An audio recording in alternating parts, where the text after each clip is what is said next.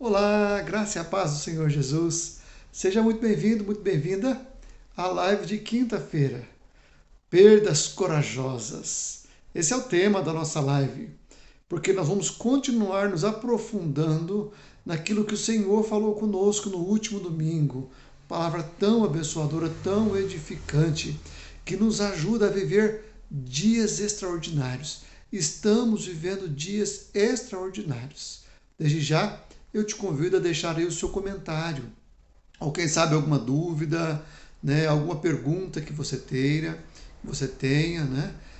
Ou também compartilhe com alguém esta palavra, né? Você foi edificada por essa palavra domingo? Compartilhe com alguém. Se você não assistiu o culto domingo, ele está no YouTube aí, né? Culto, para que você assistir, o nome do culto foi Dias Excepcionais. Né? Assista o culto e também seja edificado. E não esqueça, é claro, de você dar o seu joinha, né? Se você gostou da live, ou então dá um negativo aí se você não gostou. Né?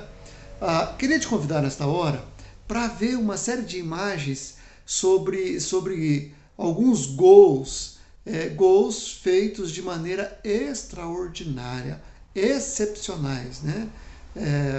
Para que haja um gol, basta que a bola passe entre as traves, né, e afunde a rede, já é o suficiente para ter o gol.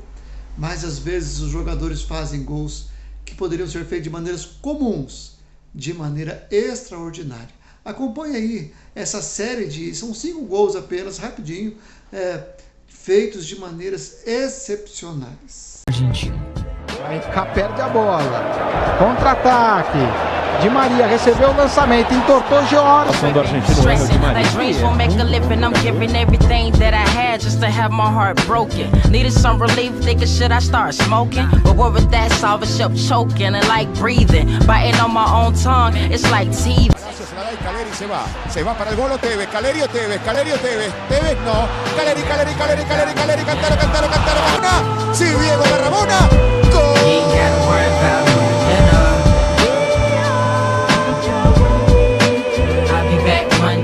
I wish that I could remember the day I lost it. Any sense of cares I had was exhausted. Burned through the tailpipes, driven to insanity. Everything.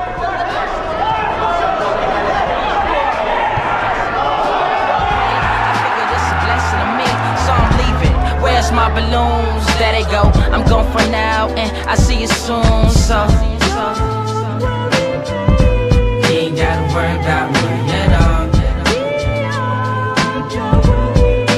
I'll be back one day. Music and tears, but the pain feels distant from here. Balloons fly me to the moon, granny, I'll see you soon. You was my heart and my soul, but now you gone. The world didn't know you, but they will through my songs. These kids sell their souls, Lord, I pray you forgive them. Everybody make mistakes, fam, you'll see them soon. And you ain't gotta worry about me at all. I'll be back one day. You ain't gotta worry about me at all. Que impressionante esses gols, né? Eles são gols feitos de letra, como se diz na linguagem do futebol, quando o jogador bate com a perna trocada. O natural seria bater de outra maneira, mas ele bate com a perna trocada de uma maneira excepcional. Bem, há dias comuns e há dias excepcionais. E o mais interessante é quando os dias comuns se transformam em dias excepcionais. Na verdade, algumas atitudes que nós podemos ter fazem com que nós vivamos com mais frequência essa experiência de dias comuns se tornarem em dias excepcionais. Vou ler aqui para você novamente o texto, acompanha aí comigo essa leitura. Certa vez, Cefatias, filho de Matã, e Gedalias, filho de Passur, e Juncal, filho de Selemias, e Passur, filho de Malquias, ouviram o que eu estava dizendo ao povo. Eu dizia que o Senhor tinha dito o seguinte: quem ficar na cidade morrerá em combate, ou de fome ou de doença. Mas aquele que sair e se entregar aos babilônios não será morto. pelo menos escapará com vida e continuará a viver. Eu estava dizendo que o Senhor também tinha dito isso. Certamente entregarei essa cidade ao exército do rei da Babilônia, e ele a conquistará. Então as autoridades disseram ao rei: este homem tem de morrer. Falando desse jeito, ele está tirando a coragem dos soldados que estão na cidade e desanimando todo o povo. Este homem não está procurando ajudar. O que ele quer é a desgraça de todos. E o rei Ezequias disse: muito bem. O rei Zedequias disse: muito bem, façam o que quiserem com Jeremias. Eu não posso segurar vocês. Então eles me pegaram e me puseram dentro do poço que havia no pátio da guarda e que era do príncipe Malquias. Eles me desceram com cordas. Não havia água no poço, só lama, e eu me atolei na lama. Jeremias está trazendo da parte de Deus é uma mensagem comum, o que requereria dele coragem.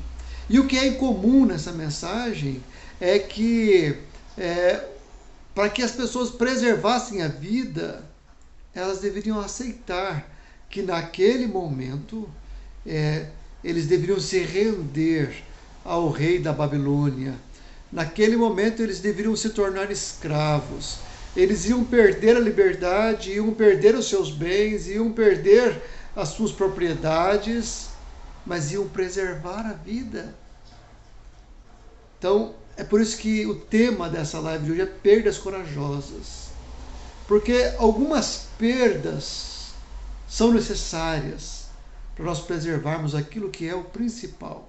O apóstolo Paulo tem uma expressão em que ele mostra como é que funciona isso em relação à salvação.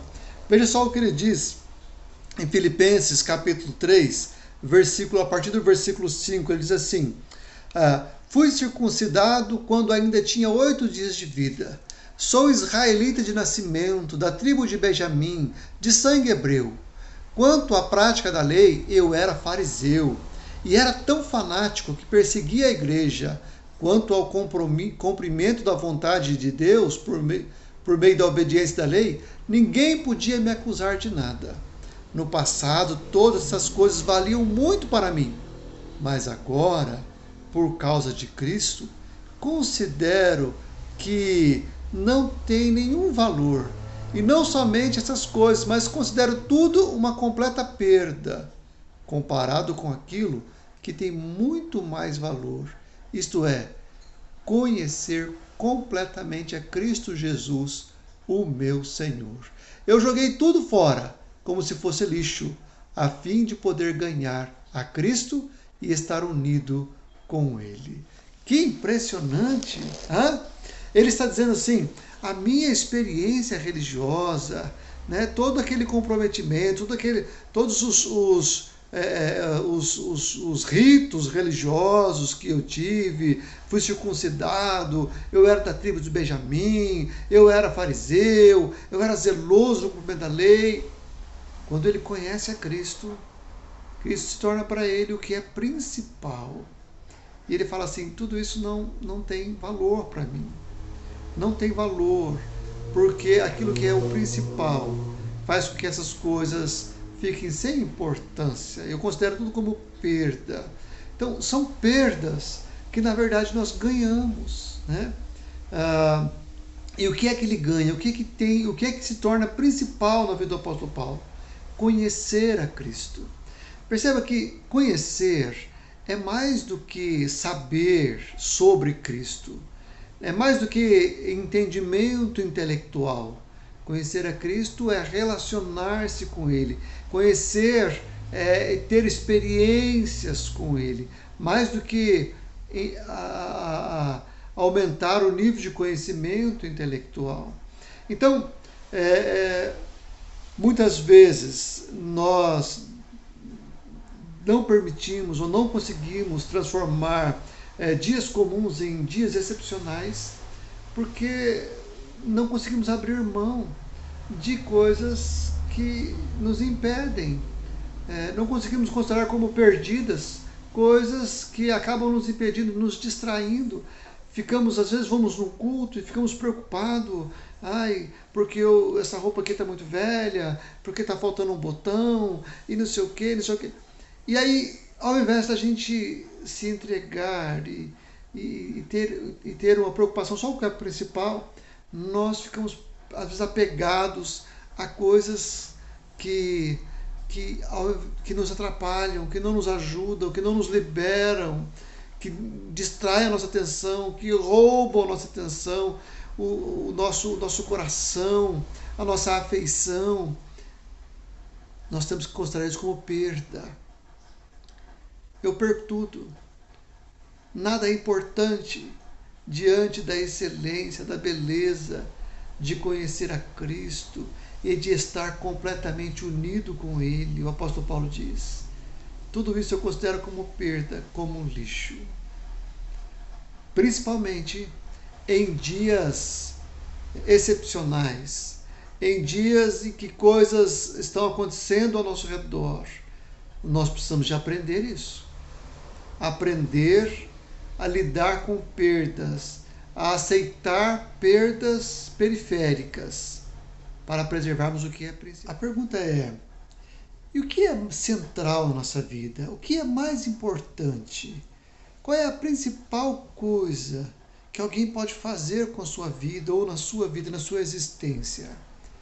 Jesus vai dizer que a principal coisa é amar a Deus de todo o coração, de toda a alma, de todo o entendimento e de todas as forças.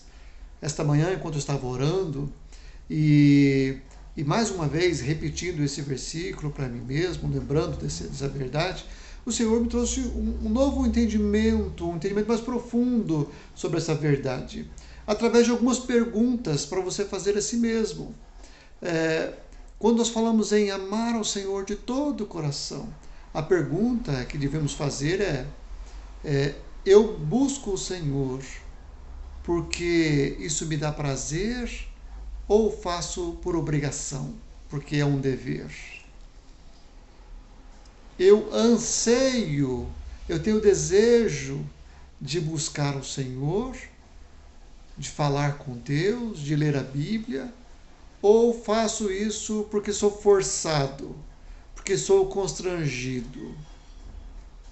Eu entendo que é a melhor coisa para mim, que é o melhor para eu fazer da minha vida com o meu tempo, ou sou convencido a fazer isso porque é meu dever fazer?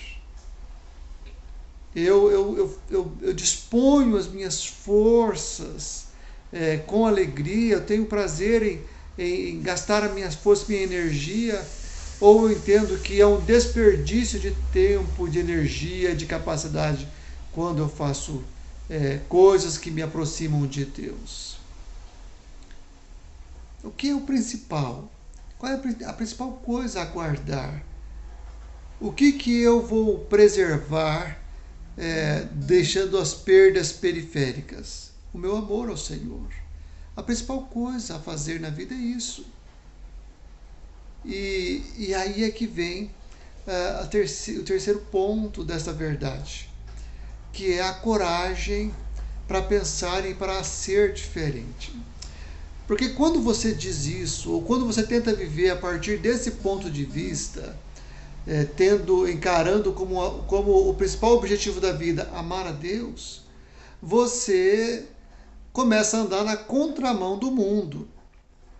E aí você vai ter um monte de pessoas que vão chamar você de bobo, de boba, de idiota, de alguém que está perdendo o seu tempo, de alguém que é fanático, de alguém que é carola. Há de se ter coragem. Coragem para, buscando o Senhor, para vivendo a partir desse entendimento de que aquilo que é principal é o que eu tenho que preservar, e para eu preservar isso, eu aceito com prazer as perdas necessárias. Nós somos vistos como pessoas bobas, e muitas vezes, não poucas vezes, perseguidos, como foi Jeremias, que foi lançado em uma cova. Ele foi lançado na cova, ele foi lançado no poço, onde havia lama, e atolou lá na lama. porque ele falava e aquilo que ele acreditava ser verdade, que o Senhor tinha dito para ele. Agora, a pergunta que é importante nós respondermos agora é a seguinte: o que nos dá essa coragem? O que nos encoraja a pensar diferente e a agir a partir desse pensamento diferente? O que nos encoraja? A resposta é simples. O que nos encoraja é a nossa intimidade com o Senhor. Quanto mais convencido, quanto mais cheio, quanto mais vivendo perto do Senhor, mais coragem você tem. Quanto mais você tem ouvido de Deus esta verdade que te aproxima dele, de que isso é o principal a fazer na vida, mais você se sente encorajado. Você está essa verdade passa a dominar a sua mente, permear todos os seus pensamentos e então te leva a ter coragem, mais coragem. Ora, dias comuns podem ser transformados em dias extraordinários. Sim, se nós estivermos dispostos a aceitar perdas periféricas para preservar o que é principal. Se nós estivermos dispostos a ter coragem para ser e pensar de maneira diferente. Eu desejo muito que o Senhor te dê graça, que Ele nos dê graça para nos encorajarmos, para fazermos como o apóstolo Paulo. Olha, tudo isso é a perda, porque o privilégio, o prazer que eu tenho de conhecer a Cristo, de estar unido com Ele, faz com que todas as outras coisas sejam perdas, sejam coisas que eu abro mão com a maior facilidade, pelo privilégio de conhecer mais a Cristo. Que Deus nos dê esta graça, a graça de dizermos assim: eu abro mão do meu prazer legítimo, do meu entretenimento, de ver um filme, de ver um jogo de futebol, de ver... Não estou dizendo que o crente não pode ver isso, ele pode, claro que pode. Mas quando aquilo que é colocado para escolher ou Deus ou isso, o crente que quer preservar o que é principal, o amor ao Senhor, ele abre mão de qualquer coisa por causa de Cristo, pelo privilégio de conhecer a Cristo. Desejo muito que o Senhor te dê graça, nos dê graça, para sermos corajosos ao ponto de abrirmos mão com prazer de qualquer coisa que se coloque entre nós e o nosso Senhor. Vamos orar? Pai, eu oro aqui, Deus, pedindo a Tua graça, Senhor Deus, sobre nossas vidas. O Senhor conhece cada pessoa que está me ouvindo, e o Senhor conhece, porventura, os dilemas. O Senhor conhece, ó Deus, porventura, as coisas que estão concorrendo com o Senhor no coração dos Teus filhos e filhas. Coisas que estão atraindo os Teus filhos e estão tentando afastá-los do Senhor. E eu oro pedindo graça, Pai, em nome do Senhor Jesus, dá graça para que os Teus filhos e filhas, para cada um de nós, possa abrir mão, possa aceitar com prazer perdas periféricas para preservar o que é mais importante a fazer na vida, que é conhecer e amar ao Senhor de todo o coração, de toda a alma, de todo entendimento. Abençoa-nos assim, nós te pedimos em nome do Senhor Jesus. Que o Senhor te abençoe, te dê uma noite com um sono tranquilo, reparador de forças, em nome do Senhor Jesus. Deus te abençoe. Boa noite.